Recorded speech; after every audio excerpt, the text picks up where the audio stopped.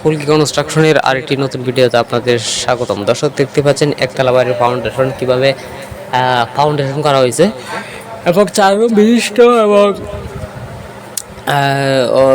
বারান্দা বৈশিষ্ট্য যে বাড়িটি, সেই বাড়িটি আসলে কিভাবে নির্মাণ করা হয়েছে আপনারা ভিডিওটি ধৈর্য সহকারে দেখবেন। আমি ঘুরে ঘুরে আপনাদেরকে পুরোটাই দেখাবো। আসলে কম খরচে কিভাবে বাড়ি করা যায় সেই বিষয়ে কিন্তু আলোচনা করব এবং এখানে কি বোলগুলো করা হয়েছে এবং আসলে এই বাড়িটির মধ্যে কি ভুল করা হয়েছে, ফাউন্ডেশনে কি ভুল করা হয়েছে এবং পরবর্তী সময়ে এটা কি সমস্যা হতে পারে সব বিষয়ে আলোচনা করতে যাব। তবে আপনার এই বাড়িটি কি আপনার ছাদ হবে কি না, না উপরে টি শার্ট হবে, সে বিষয়ে আলোচনা করব। তো যারা এরকমভাবে বাড়ি করবেন তাদের বাড়ি ফাউন্ডেশন করার আগে, খরচ কমানোর আগে কিছু বিষয় অবশ্যই দেখে নেবেন এবং আমি এই ভিডিওটাতে সব কিছু বলে দেওয়ার চেষ্টা করব যে আসলে কি ভুলগুলো এখানে করা হয়েছে এবং এইগুলো করার কারণে আপনার পরবর্তী সময় এই বিল্ডিংয়ের কি ক্ষতি হতে পারে।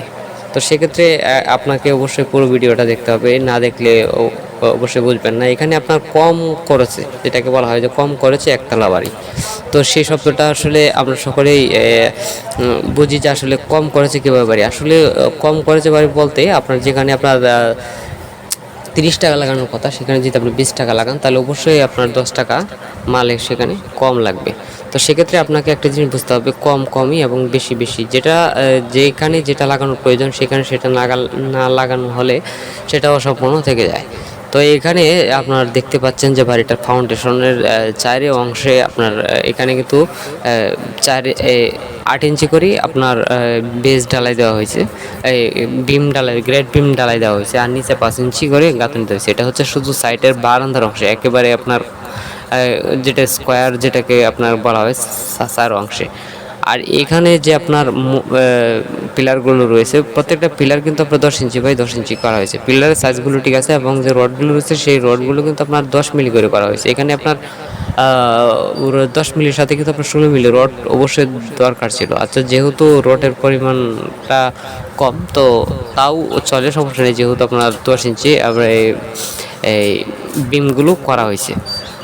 শর্ট কলামগুলো এখন ওঠানো হবে, তো সেক্ষেত্রে এখানে এইভাবে রাখা হয়েছে।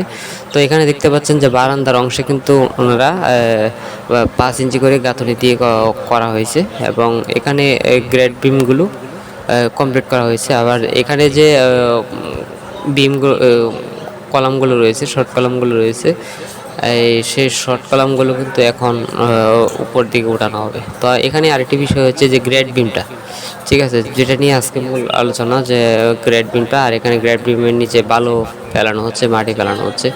তো সর্বশেষ আমি একটি কথা প্রথমেই বলে নিচ্ছি গ্রেড বিমের বিষয়ে, যেটা ঝুলন্ত বিম যেটাকে বলা হয়। দেখতে পাচ্ছেন এখানে ঝুলন্ত বিম দেওয়া হয়েছে এবং এই বিমের মধ্যেও কিন্তু আপনার 10 মিলি রড ব্যবহার করেছে, যেখানে আপনার 16 মিলি রড আর 10 মিলি রড ইউজ করে দিয়েও কিন্তু দিতে পারতো। কিন্তু সেক্ষেত্রে এখানে একটি বিষয় হচ্ছে, তো এখানে আপনার যে ঝুলন্ত গ্রেড বিমটি রয়েছে, তো এর নিচে এইভাবে মাটি দেওয়া হয়েছে। আসলে মাটি দিলে, ঝুলন্ত গ্রেড বিমের নিচে মাটি দিলে এই গ্রেড বিমের আসলে কতটুকু শক্তি সঞ্চয় হয় বা কতটুকু লোড মাটি নিতে পারে সে বিষয়ে এখন আলোচনা করবো। দেখেন, আপনারা যদি এরকম ঝুলন্ত বিম করে এর নিচে মাটি দেন, কিন্তু সেটাকে ভালোভাবে অবশ্যই আপনাদের পানি দিয়ে এবং ভালোভাবে যেভাবেই ঢুকান না কেন, কিন্তু যখন এটা লোড পড়বে, অর্থাৎ যখন আপনারা এটার উপরে আপনার ইটের গাঁথনি দিবেন 5 ইঞ্চি, অবশ্যই 5 ইঞ্চি ইটের গাঁথনি দিবেন। তো 5 ইঞ্চি ইটের গাঁথনি যখন আপনার 10 ফুট দিবেন, তো এটার যে একটা লোড রয়েছে, হ্যাঁ, সেটা তো এই ঝুলন্ত গ্রেড বিমের উপরে পড়বে। আর তাছাড়া হচ্ছে আপনার উপরে যখন ছাদ দিবেন সেটারও একটা লোড এসে এই ঝুলন্ত গ্রেড বিমে পড়বে। তো এখানে একটি বিষয় দেখেন, এখানে যে ঝুলন্ত গ্রেড বিমটা দেওয়া হয়েছে সেটা কিন্তু একেবারে আপনার 6 ইঞ্চি বাই 10 ইঞ্চি করে করা হয়েছে, অর্থাৎ ফাঁসে হচ্ছে আপনার 10 ইঞ্চি এবং এই যেটা আপনার হাড়ে যেটাকে বলা হয় এর নিচের অংশটুকু, খাড়া অংশটুকু কিন্তু আপনার 6 ইঞ্চি করে করা হয়েছে। যেখানে আপনার 10 ইঞ্চি বাই 10 ইঞ্চি করে কিন্তু করার কথা ছিল, সেখানে কিন্তু 4 ইঞ্চি মাইনাস করা হয়েছে। যেখানে আপনার এটা বিমটা 10 ইঞ্চি হওয়ার কথা, সেখানে 6 ইঞ্চি করা হয়েছে, ঠিক আছে। তো ফাঁসে ঠিক রেখে আপনার খাড়ায় যদি এরকমভাবে কমিয়ে দেওয়া হয়, তো সেক্ষেত্রে তো আপনার ঝুলন্ত যে গ্রেড বিমটা রয়েছে সেটা তো অবশ্যই দুর্বল হবেই।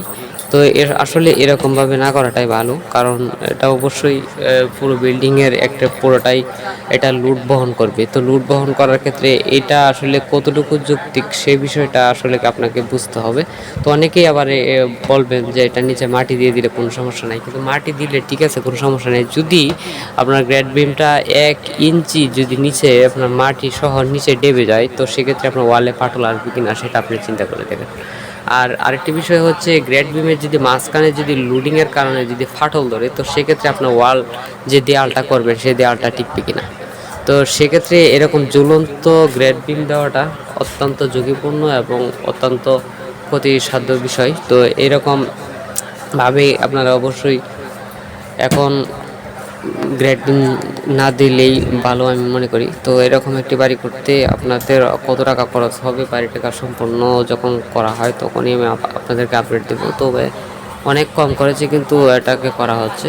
তো এরকমভাবে কম করেছে, আপনারা অবশ্যই যে ঝুলন্ত গ্রেড বিম দিলে অবশ্যই নিচে 5 ইঞ্চি একটি গাঁথুনি দিয়ে দিবেন। কেননা 5 ইঞ্চি গাঁথুনি যদি নাও দেন তাহলে অবশ্যই মাঝখানে 2টি করে আপনার ইটের টিন দিয়ে দিবেন, যেখানে আপনার শর্ট কলম করে দিবেন, যে গ্রেড বিমের ঠিক মিডিলে কিন্তু একটি শর্ট কলম দেওয়া ভালো।